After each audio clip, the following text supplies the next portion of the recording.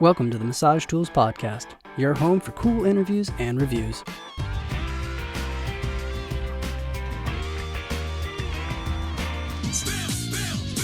Bill, thank you so much for joining us. It is an honor and privilege to have you on the podcast. Will you take a few moments and just tell people a little bit about yourself, maybe where you did your schooling and how many years you've been a bodyworker?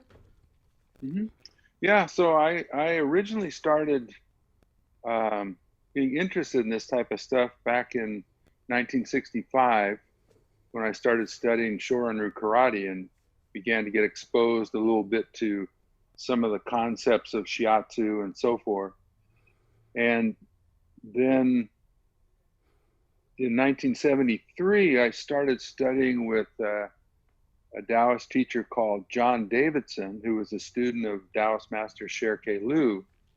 And Sherke Lu was a monk from southern China, the Lofoshan monastery. And he spent 14 years there, got out, and in a circuitous route came to the States. And then starting in 1972, I believe it was, started teaching at a place called the Taoist Sanctuary of North Hollywood. So that was kind of my introduction to Asian medicine. I got interested in bodywork in general through attending seminars at, it was called Kairos, but it was sort of the southern sister of the Esalen Institute. So they had, Fritz Perls and Stanley Kellerman and Alan Watts and Al Huang and, people who were of that sort of new psychology system. And at that point, I got very interested. When I was 18 in 1968, I got Rolfed. And then I was fortunate enough to meet Ida Rolf and interview with her to become a Rolfer. Okay. And I changed my mind because of my exposure to the Asian material. But that was how I started. And so my general background was in studying massage in order to become a Rolfer, and studying anatomy in order to become a Rolfer, and then being involved with Taoist healing work through the Taoist Sanctuary in Los Angeles and John Davidson and Sherke Lu. Sherke Lu started teaching Tuina in 1976, and so I went to LA for 12 weeks every Tuesday night, which was a real bitch from San Diego. But, that was just that was what was available. And then he started coming down here and teaching that. And so that was my exposure. I was studying the Taoist healing work with John Davidson, the energy work. And then we studied herbs and meridians and things. So that relationship with Sher Lu and John Davidson was my first exposure.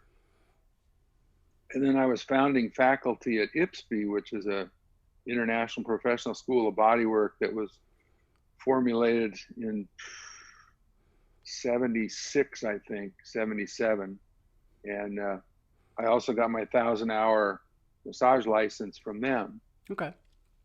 So, and then I was involved in the earliest, it was California Acupuncture College, and then it became Pacific College of Oriental Medicine.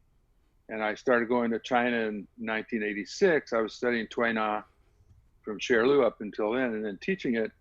And then I went to Shanghai in 1986 and was exposed to, kind of the full package of the rolling style and so forth, and have, taken students and gone back and been teaching it since then. So, great. And had the opportunity to work individually and in small groups with teachers.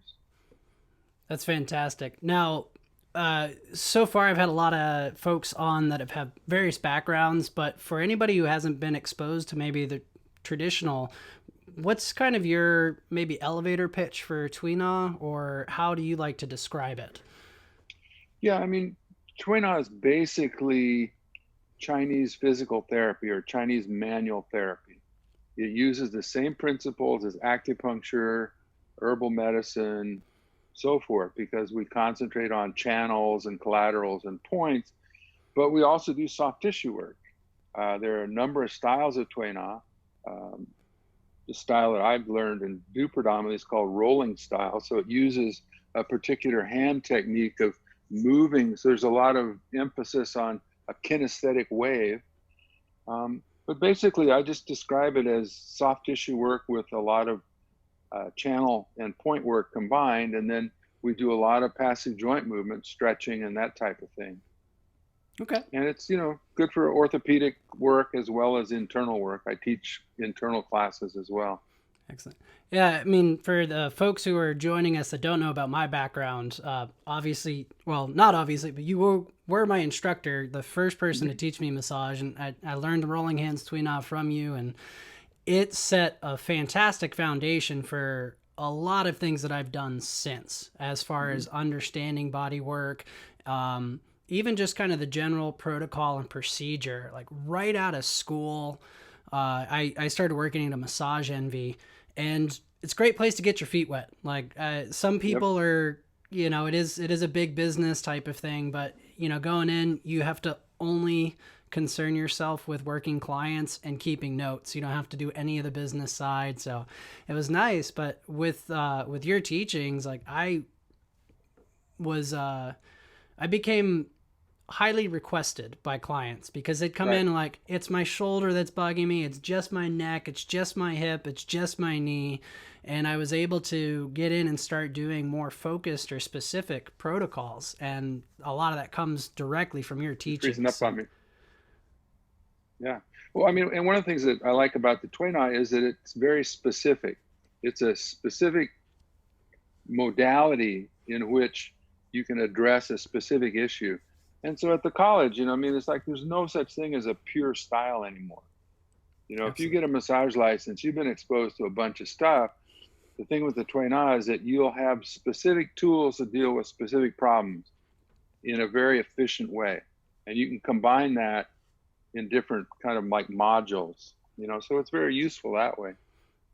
I've been able to apply it even in, I'd say, predominantly Western settings. And it, like I said, it made a great foundation for me. But how do you see the traditional arts or the traditional practices fitting in with modern practice? Like as, some of the science catches up and whatnot, how do you see them kind of either fitting together or working side by side? Or what's your take on traditional in the modern times? It's like, it's always the same kind of dilemma. Because you have certain types of practices that require extensive work to get good at it. And that's the traditional part. So in general, people aren't programmed to address that.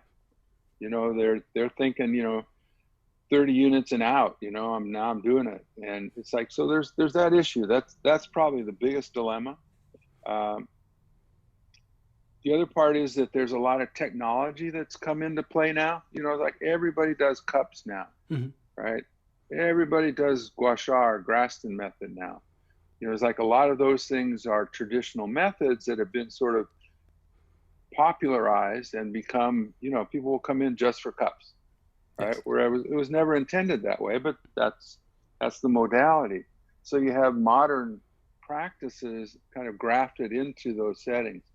But, fundamentally, if people pursue mastery, the traditional styles continue because their fundamental parts don't depend on, a massage gun or electrostim or, those cup guns and things like that. You know what I mean?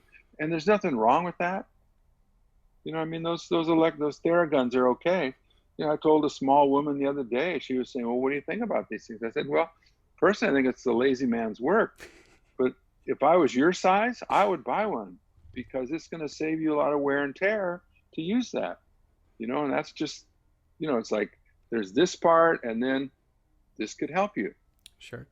Yeah. That's I've adopted the Theragun. You kind of razzed me a little bit on social media when I shared a video of it, and there's definitely times where it's nice to have it. I use it a lot at events where I have a team of 60 athletes, so they'll come over and like, can I get this? And then there's 3 people in line. I'm like, here, go start with this while I'm working on another person and whatnot.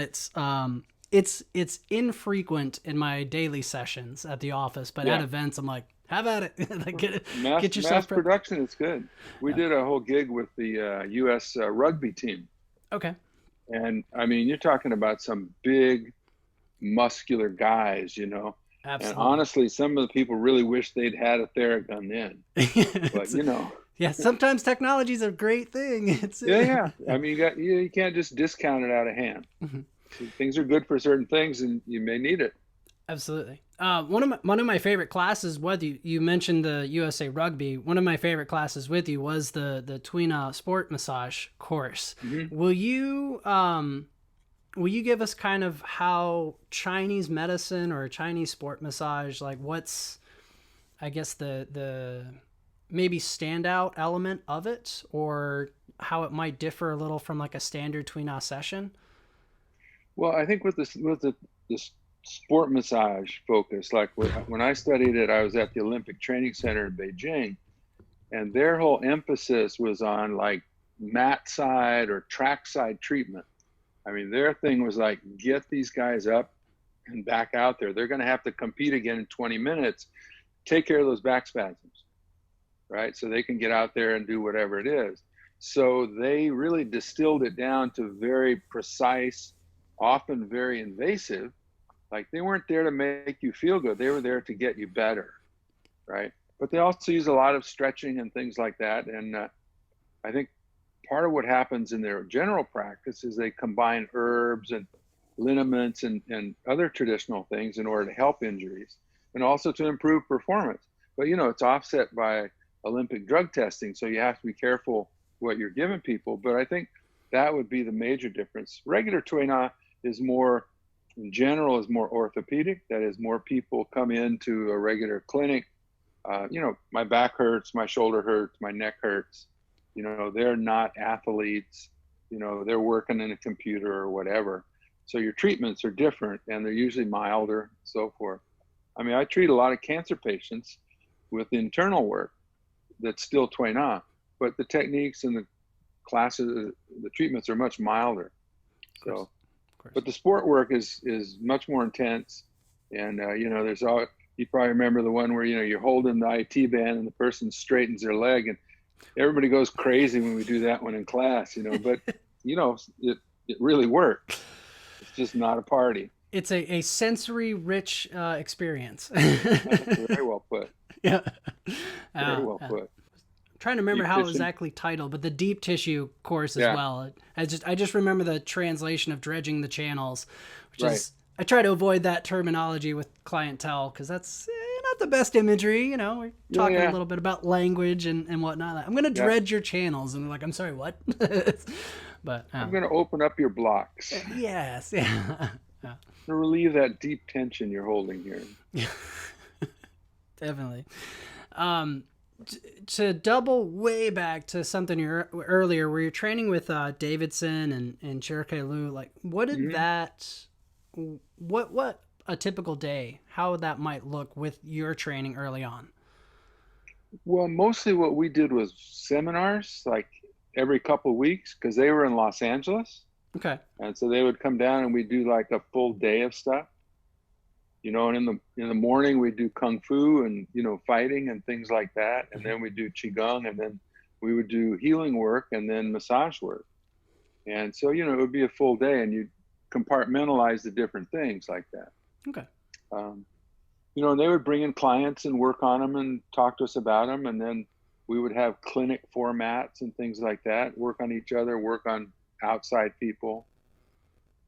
You know, so it was very organic. That I mean, at that point there were no massage schools in San Diego. There was one in Los Angeles, and you know, then finally they opened up a massage school here in town, and then IPSB was the second one. Mm-hmm. What's a piece of advice you like to give to new therapists? Like they just got their piece of paper, it says they can go out and practice. Like what's your Mhm. go-to first thing they got to do? I tell them they need to practice, so they need to work on people, even if they're not getting paid. You know, the more repetition they get and the better they are, the quicker they're going to get paid and paid more. You know, I mean, that's the main thing. If it's massage envy, that these days it's massage envy. Sure. Uh, previously, you didn't have as many options for legitimate spas and stuff. Now there's just like a ton of things out there, and people get on with a chiropractor or various things, but they really need to practice the work. And the other thing is they need to strengthen their body and focus their chi. They need to exercise and do qigong practices, and maybe that means yoga too, but it's not the same thing. Your definition of exercise is one that stayed with me because you phrased it multiple times, but the one that came to mind is like, you work out so that your day job is easy.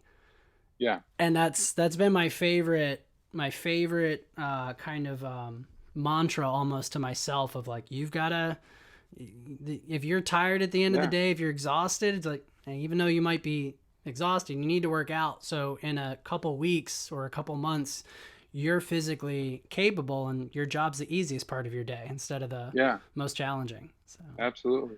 Yeah, I mean, that's partly why I teach Tai Chi classes in the evenings after I work all day, or teach in the mornings. It's just like, so I'm forced to do it because I'm basically lazy by nature. And so I have to set up circumstances that'll get me to do it, because I also have pride, right? I don't want to look like crap, so it's like, he makes me do it, keeps me going, so then, time builds on that. I relate to that very well. During the whole pandemic, prior to it, I was teaching some fitness classes at my martial arts school, and it's like 2 days a week it was weights, 2 days a week it was like bag striking, cardiovascular, and with the closure, I wasn't teaching those, and I'm one of those, I kind of need to go somewhere to work out. And all of that was closed, and I'm like, ooh, you're not looking as trim as you used to. And that pandemic pounds. Yeah. The COVID-19 sits on the the belly. Yeah. No, I mean, I had to go to the backyard and the alley. Weapons and Tai Chi in the alley and the backyard for qigong. And our kettlebell teacher, I do kettlebells for my cardio and strength training predominantly. Yes. And we borrowed bells, and I had some bells, and so we just would work out at home. And then she started doing Zoom classes, and that made it a little easier. So yeah. There's been some great adaptation in the past few months from folks that they're making it easy with technology. So you've kind of given us a few things with like exercise and qigong and your martial arts practice. Is there training or education that's kind of outside their traditional like body work that's been beneficial either to your practice or it's been really beneficial to your students? Well, I mean, I think for me, the kettlebells was a really good addition. Okay. Because it gave me a combination of cardio and strength, but with extended movement, lots of movement and developing a lot of core strength. I mean, I think that's probably, I would have liked to have done that, started 25 years ago with that. That would have made a big difference. I mean, I still survived without it, but it's made a big difference. Yeah, but I think the main thing is for people to have some kind of strength training. Okay. Yeah. That's where they break down. Is there anything more in the educational avenue? So as an example, I had one of my interviews, the gentleman mentioned like personal training. Like he took a personal training course and he learned things from that he then applied to body work. So I guess like a curriculum or something that maybe a little outside the label of massage that's paid off for you. I know that Chinese medicine it's a bigger scope than just hands-on. So right. There's some of that there, but maybe for listeners out there that would be interested or. Well, I think one of the main things for me was doing Tai Chi and then learning push hands and doing, close combat sensitivity training and also doing Aikido where I learned joint lock. So it's like, if you know what it takes to rip an arm out of place, you pull joint replacements. I mean, I know some jiu-jitsu guys that have had joint replacements, but yeah, I've always been an advocate for martial arts. And, people ask like, well, what helped you get good at martial art? Or sorry, what helped you get good at massage therapy? And I'm like, some of it is I learned my massage therapy from another martial artist. So you just be like, hey, fix Right. that stance a little bit. And I'm like, oh, okay. Like, so Hmm. understanding how to deal with another body, whether it's a martial or medicinal application, has definitely Yeah. paid off. Well, I mean, and that's the yin yang, right? We have the yang aspect, the martial part, and the yin aspect is the healing part. And that Absolutely. was one of the things Cher Lu always emphasizes. You got to know both sides. Yeah, yeah, I definitely appreciate that element, and it was nice to experience it and also learn it from someone who's experienced it and Mhm. had a few years to pass on some Yeah, knowledge. for sure. This might be, I sent you a couple questions ahead of time. We've Hmm. covered a lot of it, but do you think there's something that people are missing from their practice in addition to the strength training or whatnot? I guess we covered these so well, it's almost a repeat question, but Yeah, probably the thing for people who have just done massage training mhm. is their knowledge of anatomy and structures is usually not deep enough. Okay. I think you need to get to the physical therapy nursing level of anatomy to really improve more, to have a better sense of things. You know, the vast majority of people just don't know enough about anatomy. I mean, forget channels and points, just like how does that shoulder really relate, you know? So Yeah. I would say that's probably the Yeah. major thing.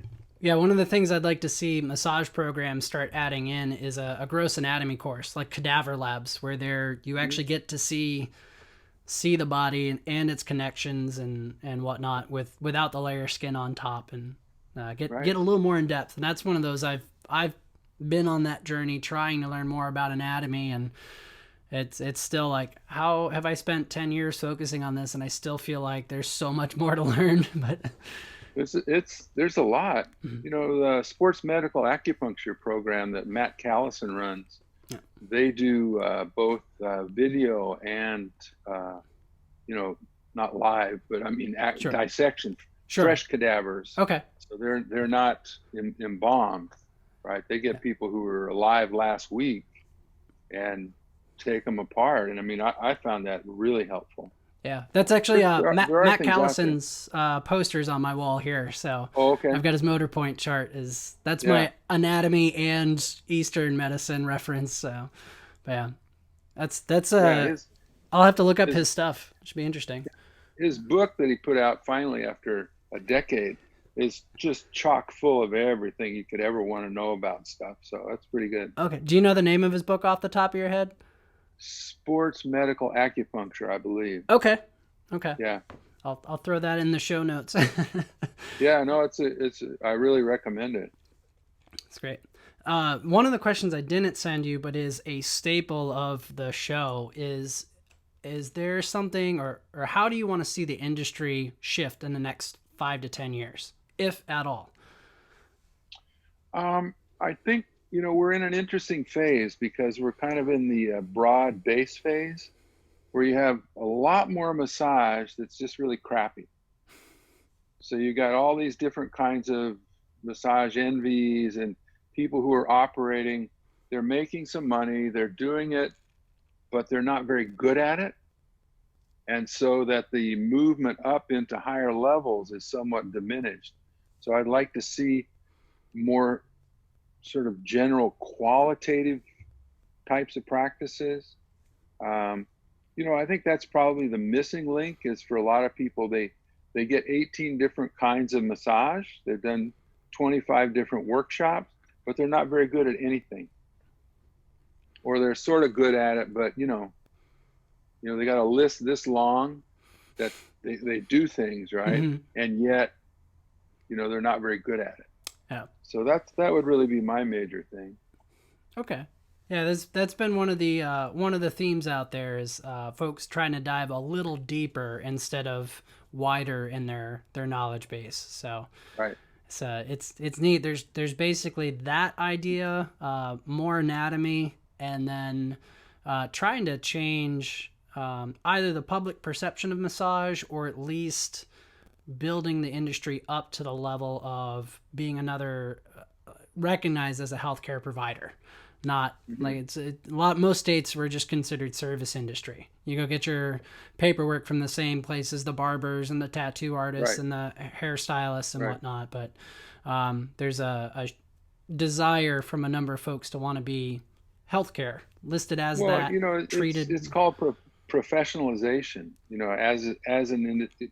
become more professional, so you have higher standards, greater practice, and so forth. Yeah. So yeah, I like that term, professionalism or professionalization. That's a good. I have to remember that one. Because that's what the addition of all these different CEUs and things that require more actual thought and study makes you more professional. And you see that like in California, there's less of an emphasis around is this something that's professionally, and people think of it as something they get to help keep themselves from being sick and so forth. Mm-hmm. That's more widely accepted than perhaps in other places. Okay. That's a good one. Got one more question for you. What's a question you wish people asked you more?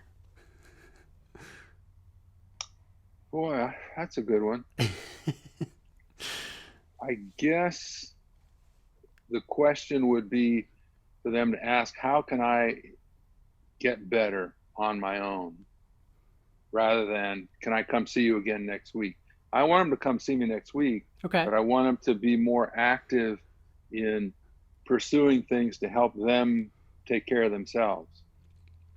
Yeah, I like that. I joke with my clients, my business model is to put myself out of business because I'll show them things that are going to help them move in the new pattern we establish or things like that. And I'm like, I don't want to have to work on this insert injury problem, whatever, for the next 6 months. Like, I want to do this in as few sessions as possible and then go be free, move free. Well, and then people come back for maintenance, quite a few people come once a month, every 3 weeks, it's like, there's so many different ways you can build that into your practice and get really positive results.